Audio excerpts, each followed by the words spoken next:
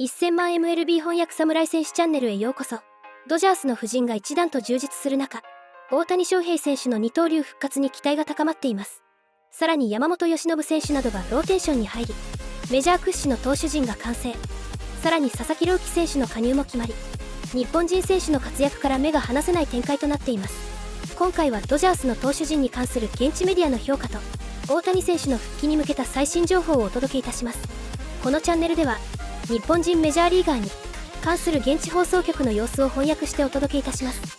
お見逃しのないよう、今のうちにチャンネル登録をお願いいたします。Ready for Cliff's corner here, and the first question becomes: Should Mike Trout be moving to the corner from center field to an outfield spot? What's it going to look like, Cliffy, for Mike Trout to have a successful season? Well, I just said he has to be on the field, so I know when you're playing, you feel so good about what you're going to do, especially when you have this guy's talent, right? Mm-hmm. So if you say, you know, even last year, that was 10 homers, that was leading the league, right? That was leading the league as far, you know, before he got hurt. I just think, okay, I said play maybe a corner, left field, right? You say left field. Yeah. I say maybe DH till like June. So there is, when you think about, you know, progressing, it's a slow process. Yes. Right? It's a slow process to get into where you're feeling comfortable about being in the field. He's probably not going to touch the field in spring training.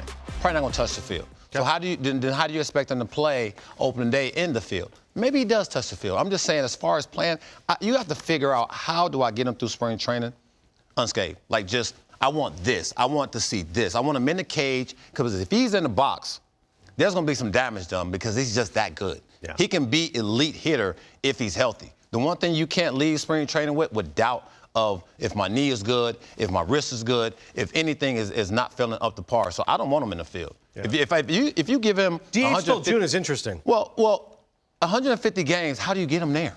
Yeah. Right? I mean, you definitely got to take him out of center field. And so if it's left field, I'm cool. It's just understanding, you know, and that's a big conversation. Like, this is almost a daily conversation with him and Wash. Like, yeah. I need you to be 100% honest with me. Like, where are we? Yeah. And he has to tell the truth.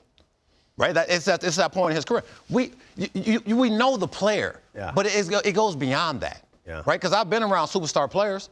You still have to have an honest conversation with the manager and with the training staff that, hey, this is how I feel. So whatever's going to get the max, I'm with that. Maybe he'll be inspired by his Philadelphia Eagles winning the Super Bowl. Oh, he's definitely inspired by that. Boy, that's some goosebumps for him. He probably still ain't come down from that one. Trouty fired up there for Jalen Hurts. In terms of the outfielders who moved on new teams now, so Bellinger goes from the Cubs to the Yankees again. Defensively versatile. You got to feel like that short porch, that swing's going to play. Santander, I love this signing for the Jays. 44 home runs, 102 RBI. He's stepped up big time. Soto, obviously, we've all talked what an impact he can make in the New York Mets. And then Tucker goes from the Astros to the Cubs. He had a 181 OPS plus, higher than Juan Soto a season ago. Which of these guys do you think is the most intriguing for you? That guy right there. Nice. Santander. And I think when you think about staying in the same division, right, come AL East, he just goes up to Toronto. Yeah. He's familiar with the league. He understands, you know, what's expected of him. A switch hitter, you know, hitting in the middle of that order.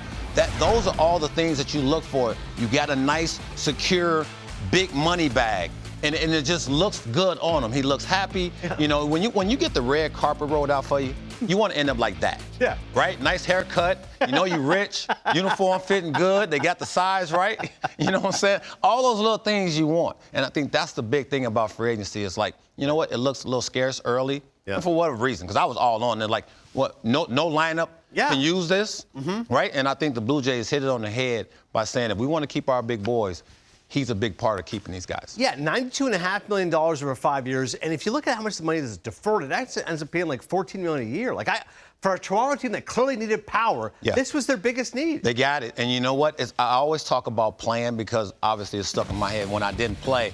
But when you look at the left fielders and what they've done from a stat perspective, this is why you go out and get him and move him over to left field. You make it easier on him to throw the baseball to second base to home. You make it easier on him as far as playing left field and not worrying about, you know, all the defensive metrics. I get it. I want to get the best out of what Anthony Santander is going to bring to my team, and he is a pretty decent outfielder. So I don't know what the analytics shows, but because these catches right here look the part. I haven't shown one thing about the 40-plus homers. These are all good jumps on balls that he caught. So let's make sense of what he's going to bring to this Toronto Blue Jays team, because we talked about windows closing. Yes. You don't want that window closed with the boys you had. Final year of Bowen Vlad under a contract. Come on. It's time to make hay, and maybe Santander can be that guy. We shall see. Should be fun to watch him there. The Blue Jays had the third most home runs in the regular season a season ago with 44. And focus in on the team that I believe, and you might disagree, Tom, they won the offseason. The Los Angeles Dodgers, they signed everybody. Matter of fact, Tom and I might be signed by the Dodgers by the end of the show. Yamamoto's on the bump. We're expecting a fully healthy season from him. The news just the other day, Clayton Kershaw agreeing to terms with the squad. Sasaki to bring him into the mix. Roki Sasaki slated as the number 3 starter right now. This is just an incredible wealth of riches, Tom, to have this much money invested in a team that just won the World Series. Yeah, it's amazing. The talent in that camp. I have to go back to the 99 Yankees to think of a team, to me, that's this clearly in front of every other team in baseball. We still have a lot of parity in the game. A lot of people still have hope and prayers of getting to the World Series. But this is the team to beat, no question about it. Start with the starting pitching because they can beat you with so many guys with number 1 stuff. The lineup, we know, is incredibly deep. What really stands out to me, Greg, look at that top with Ohtani, Betts, and Freeman. These guys are not satisfied with winning the World Series this year. I don't detect any of that from this group. They are still hungry, still professional. They still grind at you besides being super talented. But that starting rotation is unlike anything I can remember in recent years. Dave Roberts just has so many options. And again, we're talking about guys who are legitimate number 1s, 4 or 5 of those guys who could easily start game 1 of a playoff series. The news coming out of this camp, well, you see all these amazing pitching options.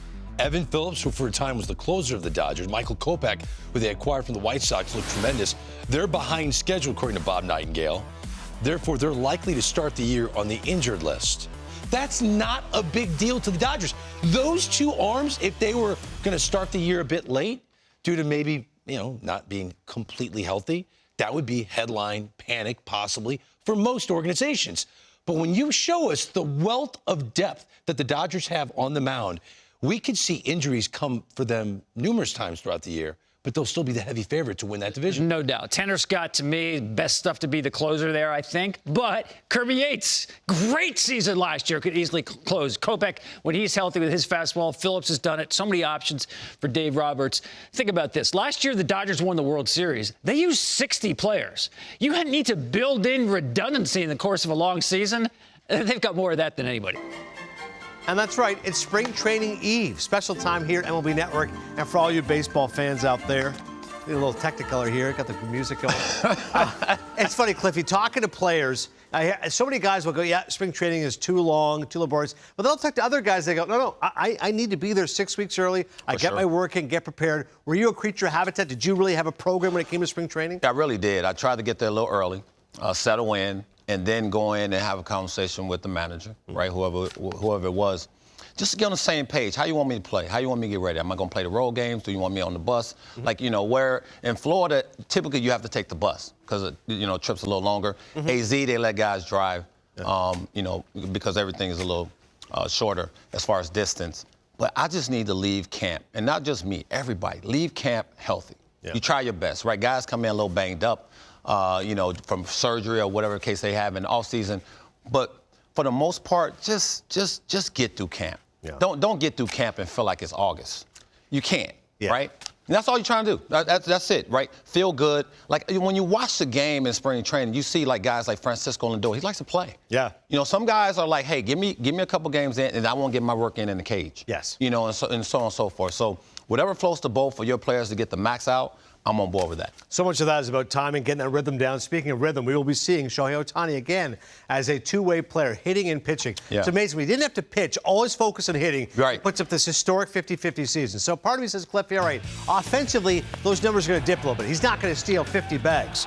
But having said that, you could also argue he's never done it in L.A. with the Dodgers before. Maybe he still can be an elite hitter, an elite pitcher. Will he focus more on trying to win a Cy Young for the first time? I mean, there's a lot to it, but all I can tell you is this. His averages, when he's doing both, he's hitting almost 300, 44 bombs, 173 OPS plus, and his ERA is sub-3. I mean, that's unbelievable. That's really, that hurts my feelings as an ex-player that just did one thing consistently and tried really hard to do it at the best of my ability because he has to be different as far as mindset and work.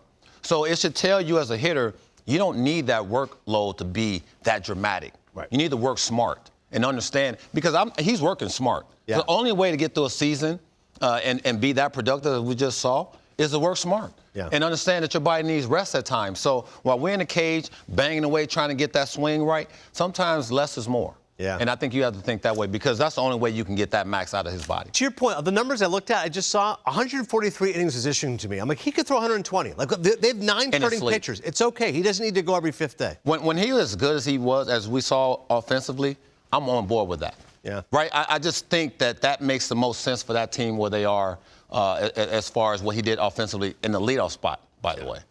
Of all the guys I cannot wait to watch, Roki Sasaki is at the head of the class. He's 23 years of age. He hits 100 on the gun. And like so many great Japanese pitchers, throws an unbelievable split. I can't wait to watch him. I can't either. But I want to see him against the best of the best in spring training. I want to see him facing Betts. I want to see him facing Freeman and Ohtani. Right? I don't want to see him on the backfield facing number 87 and number 92, because I get it. He's faced that and he's been dominant. I want to see this going against the best in spring training, which is going to get him better, one, and two, ready for the season against these monsters out there. You're right, because once he actually gets that taste of live hitters, and you can see what you want in spring training, but there's something to it. The first time a real live Major League Baseball player is facing him, he's going to have to adjust and try to learn things as he goes. Yeah, and then for us, we get to camp, and the first thing you see is Pedro Martinez. I was like, no, I'm good. Yeah. I don't want to face that, right? And I'm looking for the expressions that come off these guys' faces that are serious. Like, no, he's nasty, and I look forward to him being on my team as opposed to facing him from somewhere else. That's a good point. Rather than almost giving a scouting report to the opposition, he's helping the confidence of his own teammates. I want that, right? So I know it's early. I know my swing is not on point. I get that, but I want to see what these other guys are going to see from the opposing team, because when I know it's nasty, but I just can't see it because I'm playing the field or whatever the case may be, I don't get the feel in the box of what it looks like. I want to feel that.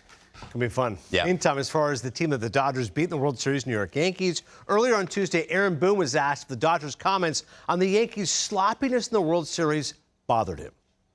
Probably a little bit. I mean, don't like hearing that. You hope, but the reality is, we didn't play our best in the series, and they won. So, they have that right to say whatever. Hopefully we're in that position next year and handle things with a little more class. But, that the reality is it's a great team. It's a great organization with a lot of great people that, I happen to know and respect too. So, a few people, sounding off, isn't necessarily how I would want to draw it up, but they're the champs. They have that right. Honest answer there by Aaron Boone, because he is right. The Yankees did not play their best clip in terms of defensive. Of course, everyone focuses on that one inning. The one error, by the way, Aaron Judge made all season long, and what happened with Anthony Volpe. But again, fundamentals are always a key to any team. It has to be critical for the Yankees. Yeah, it really does. And I think the biggest thing is understanding what guys, you have on your roster is going to do and how you're going to put them in a really good position to be successful. I know we hear that, it's kind of a cliche, but it's real with this team, because when you think about the pressure is what busts pipes, right? The pressure that, understanding that we can't make mistakes or we can't do this or can't do that, it's going to make you do it. Yeah. Right? When you watch these guys and the mistakes they made, you're in the big leagues. Those plays need to be made, and they know that. You make those plays in your sleep. Yeah. So I think on paper right now, they look really good defensively as far as how they're going to go about the season. I would love to see Jazz Chisholm still stay at third base.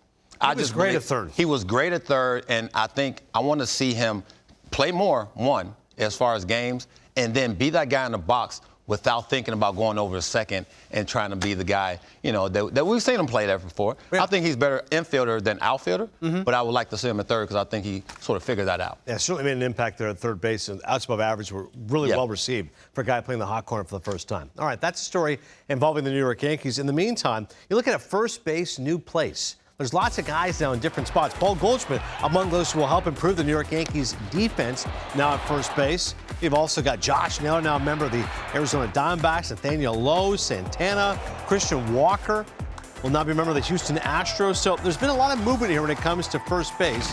And in terms of the stats of some of these guys, I mean, Goldie's numbers certainly were down last year, the 90 OPS plus. He's looking for a bounce back. Lowe's a guy with some power, 120 OPS plus. Josh Naylor certainly's got the power. 31 home runs, 108 RBI. Santana's still a 20-plus home run potential. And Christian Walker, always steady, and a Gold Glover. They're at first base for the Astros. Who's the guy, Cliffy, of those five you're looking at? Curious to see what he could lay ahead. Well, I think Christian Walker is going to be MVP caliber type player in Houston. Wow. I just when you get to a ballpark and now you can just flip a ball at the park, you start to feel good in your head. Like, I can miss a ball and get it out, right? So, yeah. But I'm going to flip it to Josh Naylor. I think him going to, replace Christian in Arizona is where he is now. They're getting the best of Josh Naylor. Now, I hope he comes in the camp in the best shape possible. When you think about a guy that put up those numbers, he's finally figured out who he is. So last year, even 2 years ago in 23, he still was that guy. He drove in 97 runs, right? And he only hit 17 homers. When I think about last year, and I say to myself, he played 152 games, and then that's where he kind of felt the luxury of like, I'm gonna go down a little bit, but I can come back up. So I'm playing every single day. He had the feel, and he believes now. So I think they're getting the best of Josh Naylor where he's at. He's not gonna do anything defensively that's gonna hurt you. So I think he's in a good position where Torey Lovullo is gonna reap the benefits of where he's at in his career right now. It's interesting. You mentioned for Walker, he's now helped by the fact he's in that park in Houston. Yeah. For Naylor, he's going from a park in Cleveland, which can certainly be tough in April and May. Those months, the weather's not great. Now going to Arizona, plus he's going into his walk year. I love that. Walk year always helps you mentally get there and know that you want to secure that bag at some point, right? And the only way to do it is go out there and be a better version of yourself, which was last year for him. I think he now realizes that, this is the player I can be in this league. I can do this. He doesn't strike out much. You look at these numbers and go, how does he get better? One is not striking out and putting the ball in play. That helps you so much. Even if you're a big bopper in the middle, you still want to be a guy that puts the ball in play and drives that guy in from third base. That's how he got 97 RBIs 2 years ago, right? Not a lot of homers, but I'm still be a run producer. Yeah. So I think they're getting a Josh Naylor that's at the best of where he can be right now. It's amazing. Like you said, the power really came through last year. If that continues to ascend, great news potentially for Arizona there in the desert. In the meantime, one guy we know where he's going, Clayton Kershaw. No surprise here. Back with the Dodgers. Alden Gonzalez tweeting, Kershaw is at the Dodgers facility playing catch. He and the Dodgers have agreed to terms on a new contract, according to a source, but he still has to finish going through his physical. So it makes sense. Where else could you imagine him going? Meantime, Kenley Jansen agreeing to a one-year, $10 million deal with Los Angeles. This time, though, it's the Angels. Joel Sherman tweeting that, and John Heyman, his colleague and friend here at MLB Network and New York Post, was the first one on it. So both these guys right now are chasing historic milestones. For Kershaw, you're trying to get to a barometer of 3,000 strikeouts, and Kenley Jansen trying to move up the all-time saves leaderboard. Kershaw first. No surprise he's back. Nope. And I swear I'm not being facetious. May not be their top 5 starter. No, he might not be, but you know what? When he gets healthy, they have 12 of them. So at some point, he might get in there. We always have injuries that derail guys, right? So, you can have enough pitchers. I always say that, and you ask every general manager when we go down and do our camps, what can you not have enough of? And it's always pitching. Look at this. And then, Snell, Yamamoto, Glasnow, Sasaki. Yeah. Kershaw's like my 5. And these are all studs. It's not like you just have some throw-ins in there. These are all good, Ohtani solid to join the rotation by May. There you go. So by the time Ohtani gets there, Kershaw's pitching in like September. You know what I mean? Right. Give me 60 good innings, and then we'll get you in the playoffs. So if some guys get hurt, I think the one thing seriously you look at is you got a serviceable future Hall of Famer that will take the baseball and go out there and give you everything he has. Yeah. And that's why he's in camp. They know exactly what he's dealing with. They know exactly who he is and what he's about, obviously. And it just makes the most sense for the Dodgers. Low risk, high reward, right? No one giving Kershaw. I'm not giving him a ton. We don't know the exact terms. It's a one-year deal, probably straightforward. Kenley Jansen's a guy, racking up saves all these seasons. Angels were obviously not a good team a season ago. But again, Kenley's trying to rise up the all-time saves leaderboard and try to pat his case potentially for the Hall of Fame. Yeah, this is like that diamond in the rough. It's like, you know what, for Ron Washington, it's more of one of those things like, hey, we can ill afford to lose any games that we're ahead of, right? We have to win these games. You got a guy, and Kenley Jansen is going to give you that chance to close out those precious 3 outs at the back end of the bullpen. And so I like this move. I really do. I like where it's at. Look at this. I can't believe he could catch Lee Smith. Lee Arthur is sitting at 4.78. He might be sweating a little bit, because Kenley is coming. And he's done a terrific job of being able to be out there consistently to get those numbers where they are. And when you compare him to other Hall of Famers, the innings are much higher for Mo, Hoffman, and Smith. But look at Billy Wagner. Wagner's in the Hall of Fame. and Jansen should match that 900 innings. The strikeout per 9 is Yeah. higher than all those dudes. He's on the highway. I mean, he's pulling off, getting a little gas. He's gonna pull in there in a minute, and you know what? That's a credit to him. You know, understanding. I mean, pitching some tough environments, and then taking the baseball and going out there and actually tweaking some things at times, right? Because he had the cutter, and then he had to figure out, when the cutter wasn't working, little things like that, and get back on track. And look where he's at. ドジャースの布陣には驚きを隠せません。大谷翔平選手、山本由伸選手、佐々木朗希選手という日本を代表する選手たちが集結し、99年のヤンキース以来という圧倒的な選手層となりました。これだけの実力者が揃うチームを皆さんはどのように見ていますか？ぜひコメント欄で感想をお聞かせください。